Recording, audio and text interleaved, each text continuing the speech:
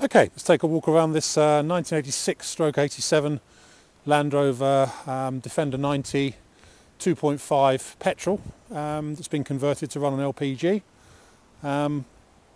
Finished in blue. It has had a colour change. Originally it was red, but nice spec actually on this one. We've got a matching set of Michelin all-terrain tyres on 8-spoke rims, checker plate trim to the wing tops, modesty covers, a bit on the front bumper, rear quarters by the look of it. It's got a front mounted tow bar. It's also got a T1500 super winch fitted to the front bumper. We've got spotlights on a front A bar and also 4 lights above the screen. I can't find a switch for any of those though, so I don't think they're connected. They seem to be sort of wired in, but I don't think the wiring's been completed for those. Looks like it's standard ride height, this one, which personally I prefer. It's got side steps on it, or certainly one on the near side. Snorkel.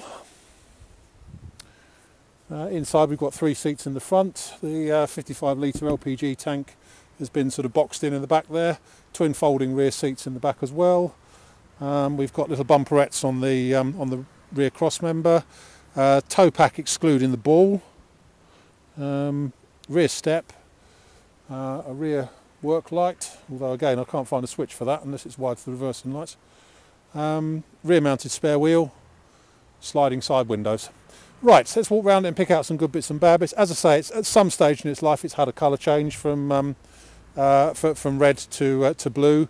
The paint is flaking off in 1 or 2 places, but still, by Land Rover standards, it still looks fairly smart. And it wasn't, looks like it was properly sprayed. It wasn't brushed or rolled, I don't think. I think it was a proper spray job. But just from around the front end here, difficult to tell because it's pouring with rain here today, but I'll try and remember all the little blemishes and things like that. It's pretty dent free all round, but we've got, let's say there, we've got some red paint showing through and a little bit on the seam there. Lots of red paint chips on the bonnet, up here, around there, up there, up there, up there. Around the scuttle vents there's red paint just flaking off, and also underneath the screen it's flaking off there as well. Wouldn't take long to touch it in, I guess. There's also a few sort of bird line marks on the bonnet, quite a lot round here actually, which you can't really see because of the rain, but they are there. That's just made the paint very rough in a couple of areas on the bonnet. It's also obviously had what looks like a spare wheel mount or something on the bonnet at some point, or one of those funny horse things that people put on, because you've got 1, 2, 3, 4, 5, 6, 7 tiny holes in the bonnet top. Around the front end there though, it all looks fairly straight and clean and correct. No nasty dents or anything. Down the near side the front wings are pretty good. There's no nasty dents in the front wings. It is actually a low mileage one, this one. I think it's only showing 99,000 miles. Near side front wing is all very good, no problems there. A couple of areas of tiny bits of paint loss just on the eyebrow there. Up on the scuttle here on the near side, all looks pretty good actually. It's obviously been repaired at some point just around here, around the outer hinge. It's obviously had some filler or something put in there. But down here around the main part of the thing, it's just bubbling up on the corners. But A-post is all good, no problems there at all. Near side door, there's 1 or 2 larger areas of paint loss on it, one there, and a couple of smaller ones. Some electrolytic reaction showing through on the bottom frame of the door, on the bottom edge of the door skin rather. And the frame itself, still fairly strong. There's a hole just here in the frame, and a little tiny hole in the back of the frame there, but it's still got years of life left in it yet, I think, that one. Always a telltale when you get little spots of rust just on the when you open the door. Inside here, all fairly clean and civilised, shall we say. The seats are slightly mismatched pattern on them. I don't think it really matters by Land Rover standards.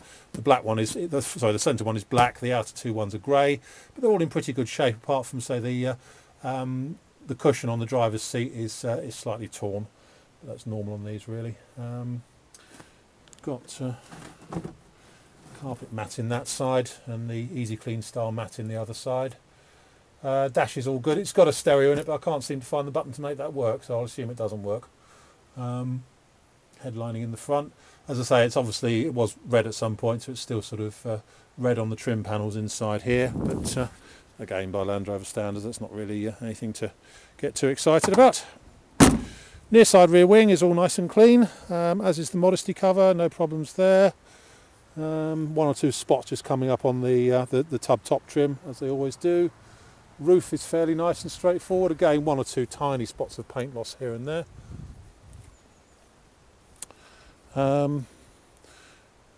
The trim on the near side rear corner, again a couple of spots of rust just coming up on there. Around the tail end here, there's some electrolytic reaction on the tailgate, just generally sort of around here, but it all looks pretty good. Cross member looks pretty clean from this angle. Let's have a look inside the back there. Again, the tailgate frame is slightly corroded on the bottom edge, but it's not dropped too badly.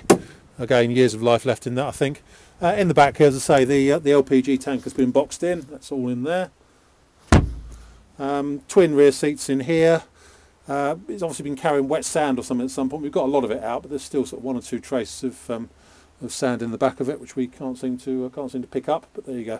It is a Land Rover after all. And say twin folding rear bench seats. Oh, sorry, not bench seats. The individual seats.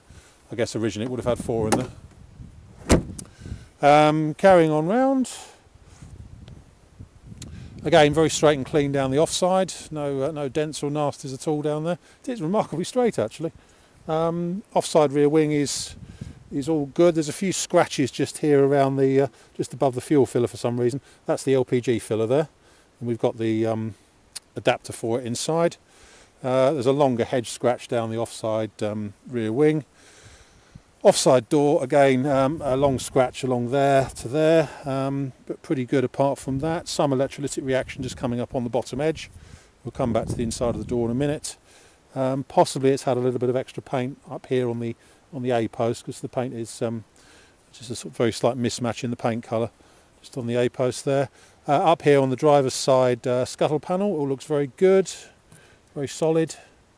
Nothing to get too excited about there.